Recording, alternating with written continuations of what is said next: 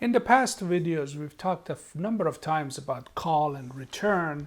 This is our time to explore this more heavily.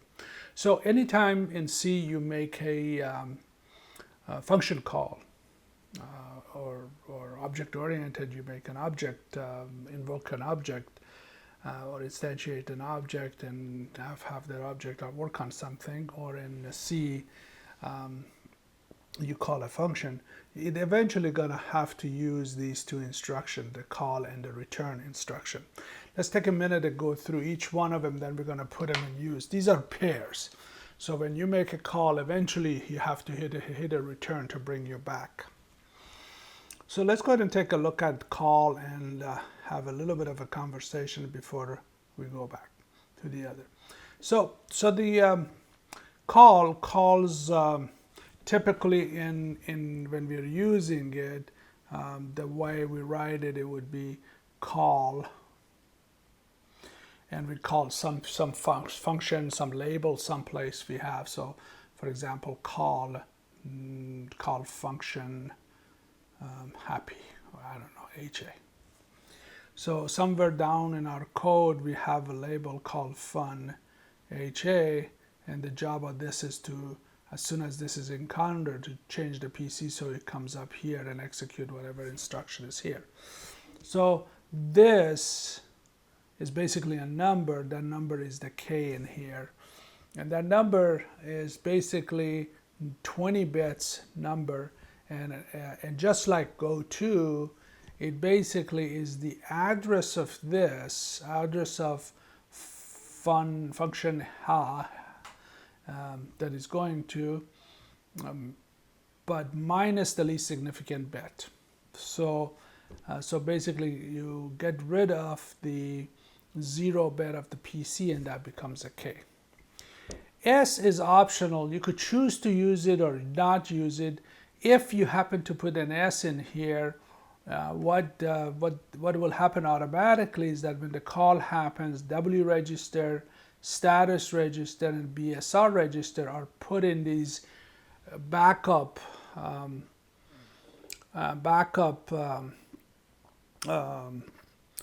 registers, which is a special function register, which is W register shadow, WS, a status register shadow, and BSR register shadow. You say, what use is that? Well, sometime in your function you might want to change those values, but you do not want it to change when you come back. You want to have restored the original value, and this allows you to make changes in your function to W register or status or BSR, but when you return, the value of those registers would be exactly as it was before you made the call. So that's kind of useful. So whatever the values were before the call, they would be exactly the same value regardless of what you did in here. So that's kind of useful for us to do if you like to do, if you need to do that. Okay, so that's pretty much all there is to it. We're going to spend a little bit of time this idea of, if I have something like this, how do I write the machine code? We're going to do that at the end of our conversation. But that's pretty much what it does. Now you notice there is something interesting happening, is that the address of this instruction call, whatever the address here is 4 is going to be added, so it looks to the next instruction, and that's going to go on the top of the stack. So call is just like a go-to, except it puts the address of the next instruction on top of stack. So you might wonder, what use is that? And that's about the time when we're going to look over to the return. And when you do a return, notice what happens. The top of stack becomes your program counter. So when I come down here and I hit a return, because now PC is the top of stack and top of stack was here, this brings me back to the instruction right after the call. And that's the big difference between call, return, and goto. And also you notice that you can do a return with an S. If you do a return with S, return 1, basically S is a 1.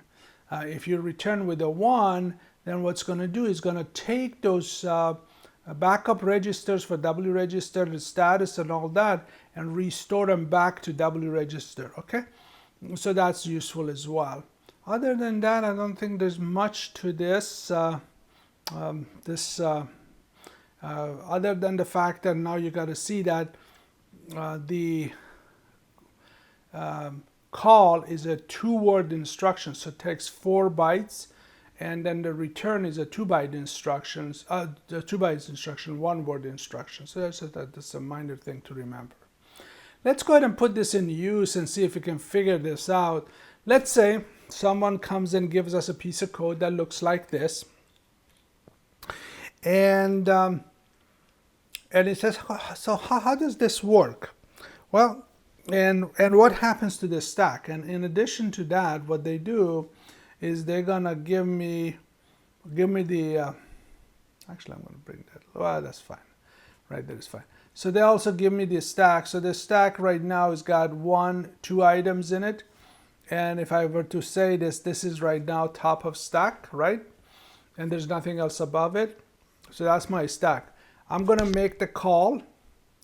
For this instruction, stack does not change. Nothing happens to the stack.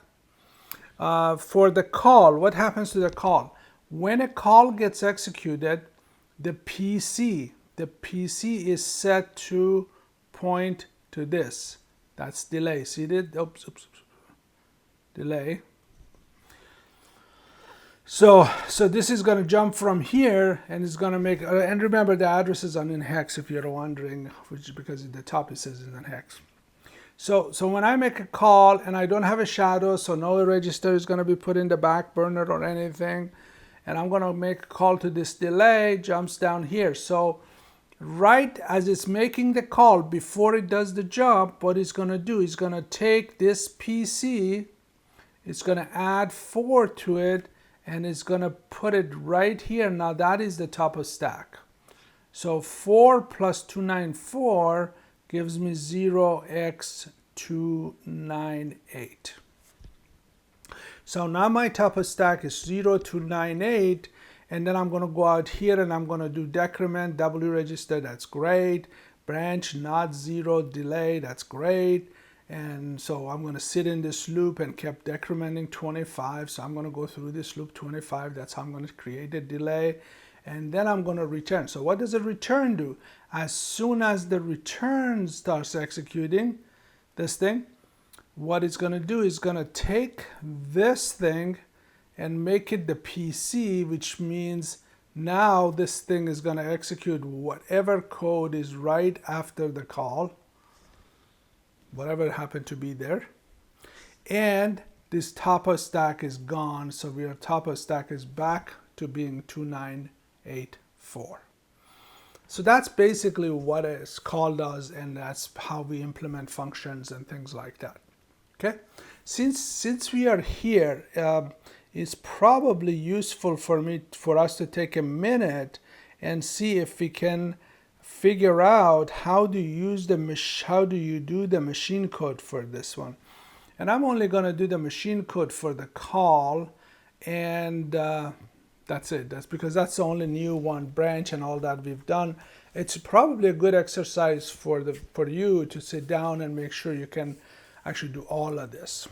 Okay, so if I go to the call and I want to convert the call, I'm going to look up here and say, okay, call, the opcode is 1110, and since I have not provided the S is 0.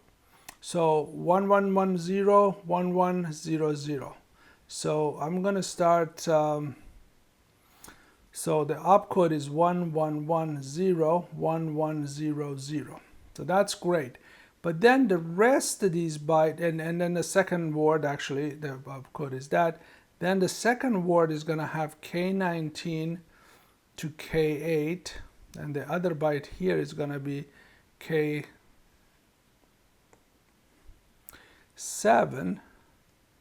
K0. So where do I get this K business? So the opcode I got, I'm just fine. Where do I get this K? So the K's are determined by the PC. So if you look at it, delay is jumping down here, which means the PC I want to put in there is going to be from bit, basically bit PC is going to have bit 20 to PC bit 0.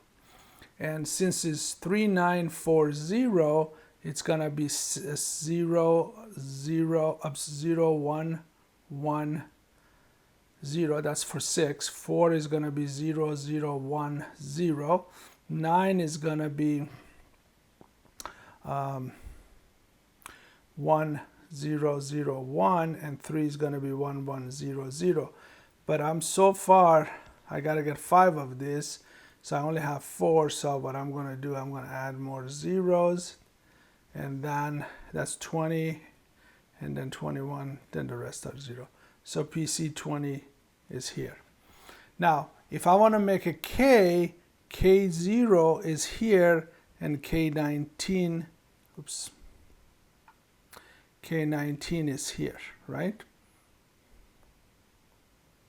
So what I will do is basically to make K1, I'll just get rid of the 0. I have 1, 1, 0, 0, 0, 1, 0, 1, 0, 0, 1, 1, 1, 0, 0, 0, and 0, 0, 0. Okay? Okay, so let's go back up here and move this information up here. So this piece, K0 to K7, go up here. So this becomes 1, 0, 1, 0, 0, 0, 1, 1. So that's that, and that is that. Okay, and then the rest is going to go down here. So you're going to K8 is going to be 0, 1, 1, 0, 0, 1, 1. So that's K8. And then 1, 0, 0, 0, 0, 0, 0, 0, 0, 0, 0, 0. Okay? I'm sorry, there's too many zeros here, so let's get rid of some. Okay, 0, 0, 0. This is K19. So the bottom line is that the machine code for this, for call, just like GoTo, very similar to GoTo if you remember that. It's going to be in hex, it's going to be E,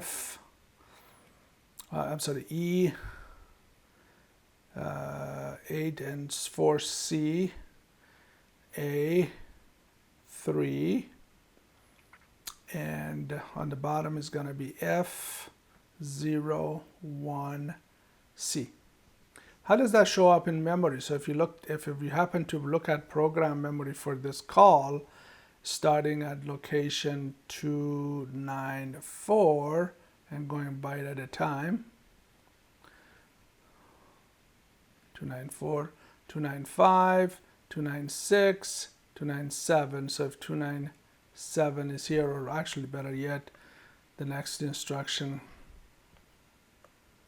up, up, up, up.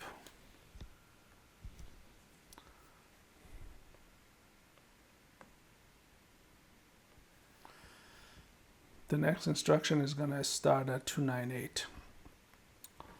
Okay, so what we're going to have A3, the least significant byte of the least significant word, most significant byte of least significant word, 1C, F0. So that's how it's going to show up in program memory if you were to look at program memory. Again, call's behavior is exactly like GoTo, with the one exception that pushes the address of the next instruction, which is its own PC plus 4, into the stack. There are a couple of other related instructions that, if you get a chance, take a look at them. They're good instructions to be aware of. One is called rcall, and the only difference between call and rcall is that rcall is a smaller distance. It's like branch, the relationship between branch and goto. It can only jump 1,000 words back and 1,000 words forward, 1023 to be exact, forward, and 1024 backward, 1023 backward. So it's a little smaller, little faster. If you that's very important to your application. And the other one is called return literal W. So what it does is basically this is just like a return, with the only difference being that W register gets loaded with whatever byte you want to load up to it before it returns. So if you want to think about what would you use this, well, this would be if you have a, like in C, when you have a return, if you have a return value you want to return and you want to return it in W register, you can use this instruction to return it. That kind of brings us to the end of the quick overview of and a few example of call. So we got the call, we got its pair, which is the return, and those instructions are similar to each other. We talked a little bit about how the stack gets manipulated. Every time you do a call, PC plus 4 gets pushed down. When you get a return, that value gets pulled out and becomes the address or the PC for the next instruction you're going to execute. And then a little bit of exercise in machine code. Writing a machine code for call, very, very similar to the way you write the machine code for goto. Once again, I'd like to encourage you to take this code and see if you can write its machine code. And that brings us to the end of this set of instruction.